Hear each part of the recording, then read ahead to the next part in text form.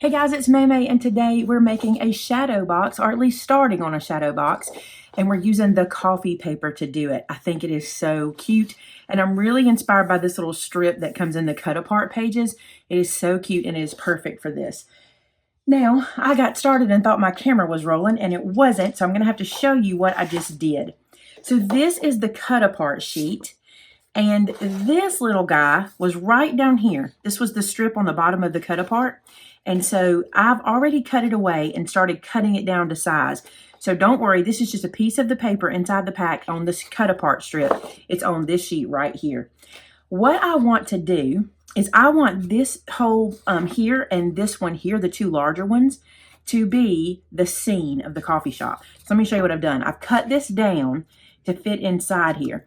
Now it's a little shy on either end, and that's okay because I'm also going to do kind of some wallpaper and a floor situation, okay? So that'll be one scene. And then in this other corner here, I'm going to put the other scene. I just think this will be so cute to kind of make these be like a little coffee shop in the little shadow box. And it's hard to get these in the screen, but I'm doing my best to do that for you. But that is how that's going to work. So we're going to start with this guy, this little strip. And let me show you something. These boxes are all different. When you get one home, they're all going to be a little wonky. They're just made that way. So you're going to need to measure every time you're cutting something to go inside. I need to cut kind of my wallpaper to go in here. So I'm going to cut a piece that is, I'm trying to allow for the little jut out, which I can see here, this one really bows. It's significantly different like this.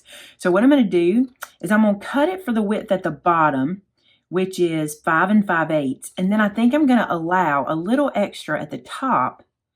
No, it looks like I may not need to. I'm going to cut it to 5 5/8. And if I need to do an adjustment, I can. And then I'm going to measure this side, and this side is 5 5/8. Okay, then I'm going to measure this one because I'm sure they're going to be different, or at least I think they are. 5 5/8 by 5 5/8. I'm still going to have to trim a little bit, but we're going to start with those sizes. Now I've decided to mix the 6 by 6 pad in too because I think it's perfect for the kind of wallpaper feel I'm going for. So I'm going to pick one of these to be a wallpaper, and that's really cute. These are super cute. I hope to be able to use those as well, but from the bigger pack. What do I want to be wallpaper? That might be cute. Let me show you what I mean. At the top up here, I want it to feel like wallpaper or something like that at the top of the little store. So I'm just going to run through and kind of lay it on pieces. That's kind of cute to have the floral print up there. But matter of fact, let's just start at the beginning and go through all of them. That's a little dark. That's a little dark. This is super cute. All right, I'm going to keep that one in mind because that looks cute. Oh, the stripes though. Okay, so I'm gonna let you in on a secret. I already know I'm doing this. Do you see this little buffalo check? I already know I'm making that the floor, so it's gonna look like that, that's the little tile floor. What if that were the top? Is that too busy? I can't tell. We'll decide in a second. What about this little guy as the top? That's cute. And then this is the floor. I really like that. Okay, let's keep flipping. This is how I do it. I just kind of lay things around and just kind of decide. Now this looks like wallpaper to me. Oh, that's really cute. That is cute. Okay. I know that seems silly to go so simple, but I really like how that blends in together and looks like wallpaper, and this really looks good. So I'm going with this olive green. Now I'm going to need 2 of these, so I'm going to pull this one out of the paper pack.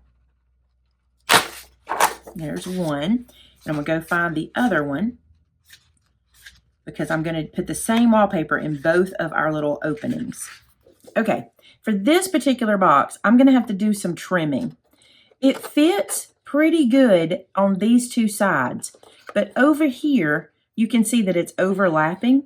So I'm going to trim down that side just a little bit with my scissors at a slight angle.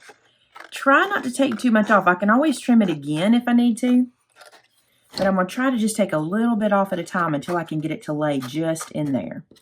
We're really close. We're real close. There we go. Is that going to lay?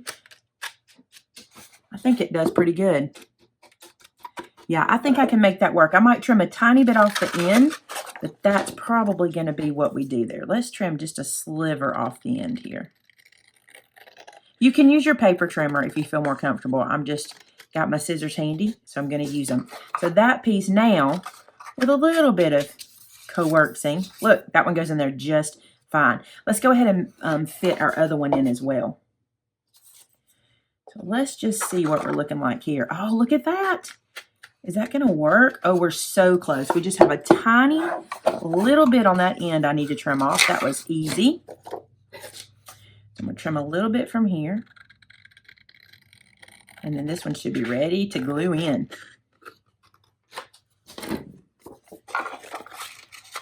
Look, perfect. Okay, so with these guys laid in there like they go, I'm going to do something to help myself in the future. I'm going to take a pencil, and I know my little scene is going to lay over the top of this like so.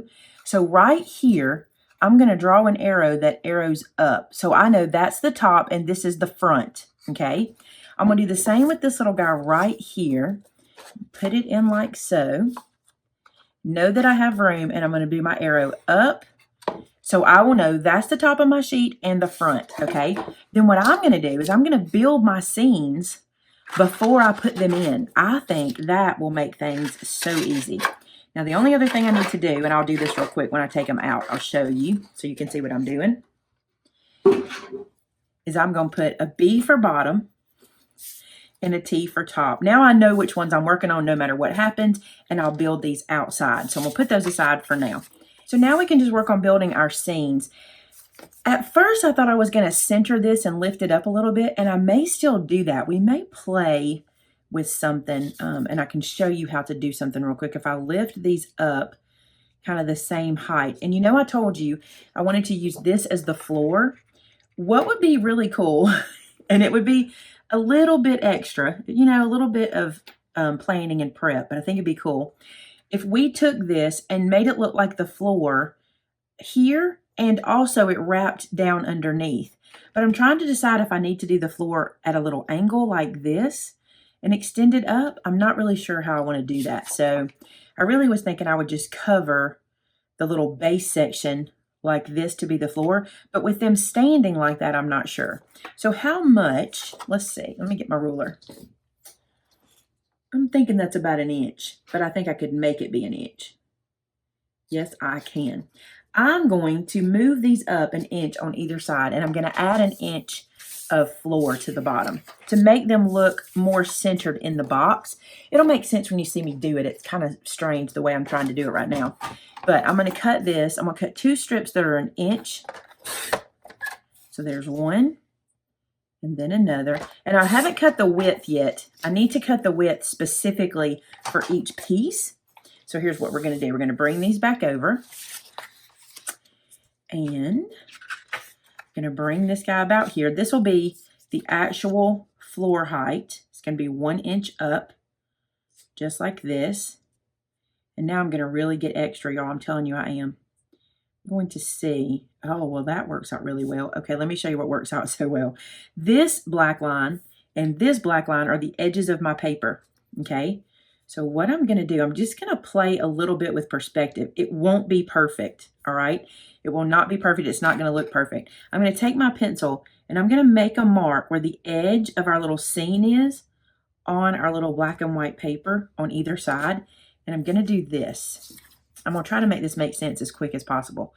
From this little black edge, which is the edge of my paper, to that mark I made, I'm going to cut an angle.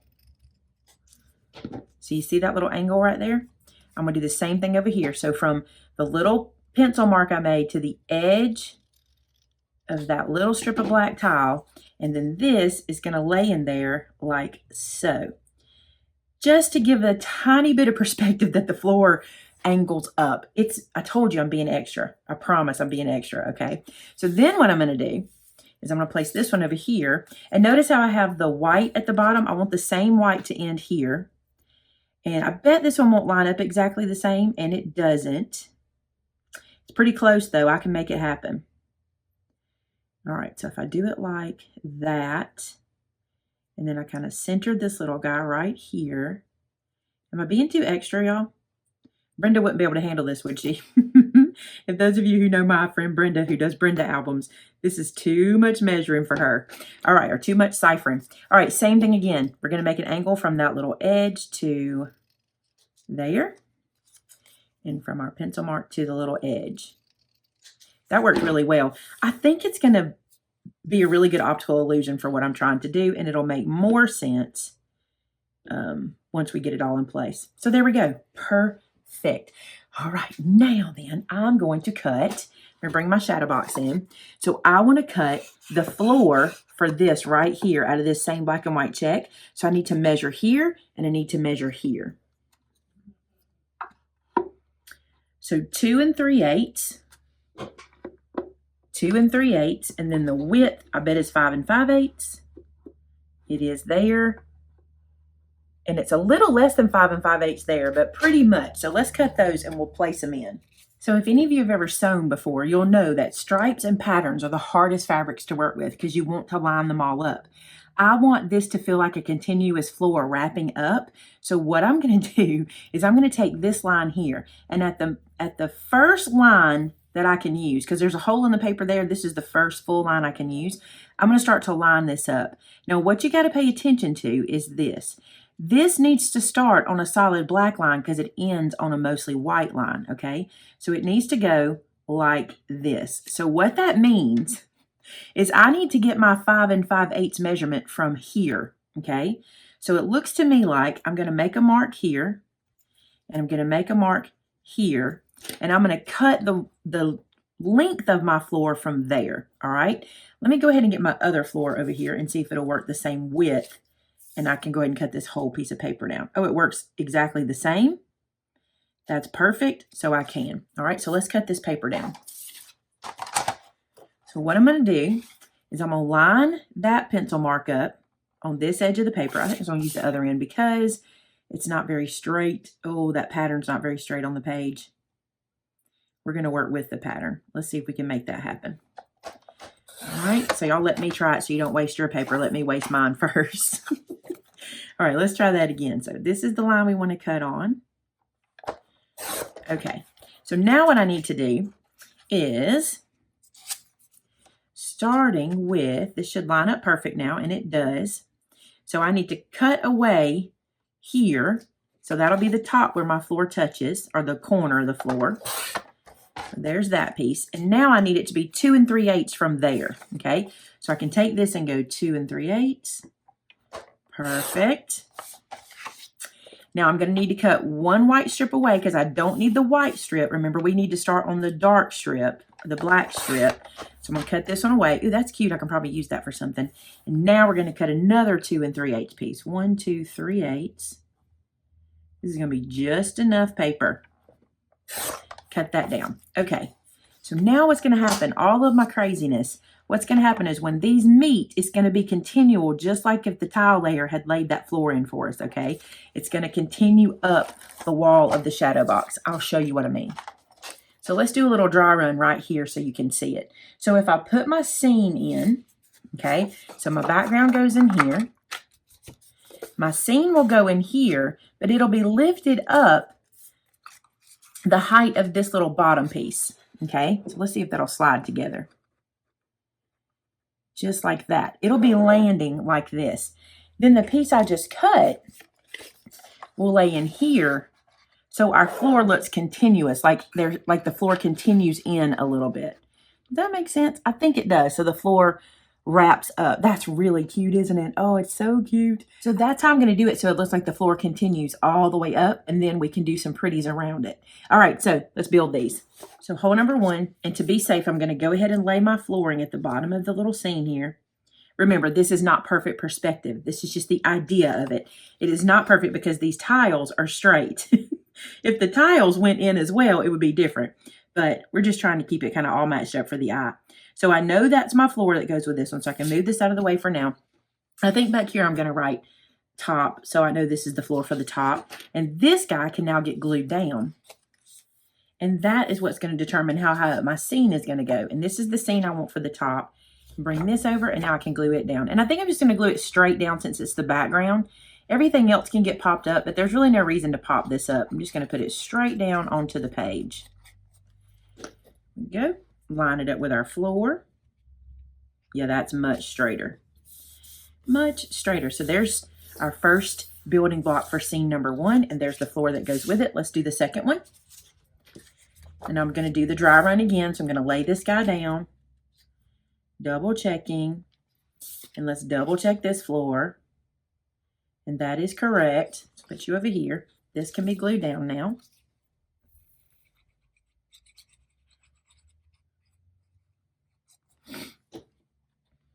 And I'm going to place this right here at the bottom of the page. That really helps us to line up where our seam goes too. Let's see if this seam is a little crooked. It's not crooked, but I left a little white line down there, so I'm going to trim that off, just that little sliver. When I trimmed it with my paper trimmer, I missed that little bit. Much better. Okay, let's glue him down. Time to refill my bottle. I'll have to do that, or it's going to take me forever if I don't. That guy's getting empty.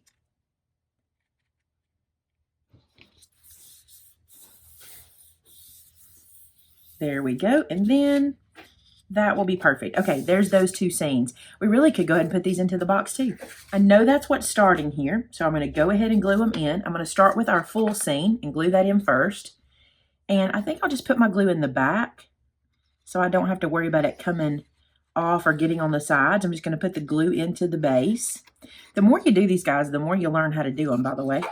You know, the more of them you make and things like that. This is my third one, so I've learned some tips and tricks like add the glue to the background and not to your piece. Build your pieces so they fit perfectly. That's another tip. Pre-build them. Okay, so there's that. And then our little floor will sit in here just like that. Perfect. I'm going to put glue on this one because I think it'll be easier than trying to get to that. I just want you guys to be able to see what I'm doing.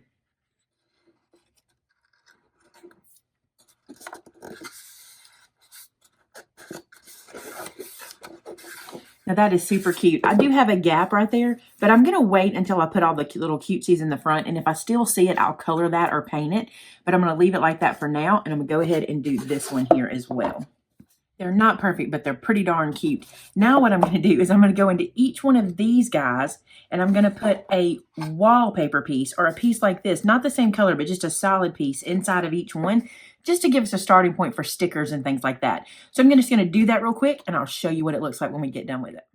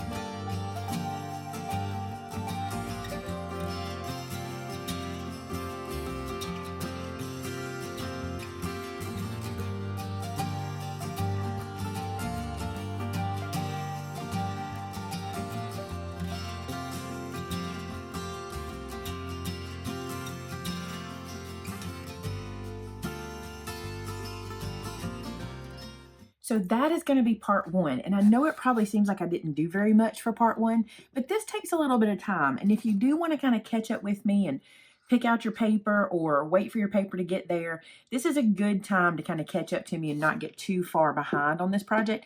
And since we just planned this one yesterday in the live show, I don't expect anybody to be waiting on this one to happen. But get your papers lined up, get all your stuff where you want it to be, and Tuesday we'll come back together and do part two. I'm loving this so far. I can't wait to do all the cute little decorating and stuff. I think it's going to be super fun. I have to hold it kind of like this for you to see it in the camera, but that's how it works. By the way, these little shadow boxes have little handles at the top, so I made sure to keep my handle at the top when I was doing this as well. All right, guys, thanks so much. I hope you're going to enjoy this series, and I'll see you again on Tuesday to continue it. Have a great one. Bye-bye.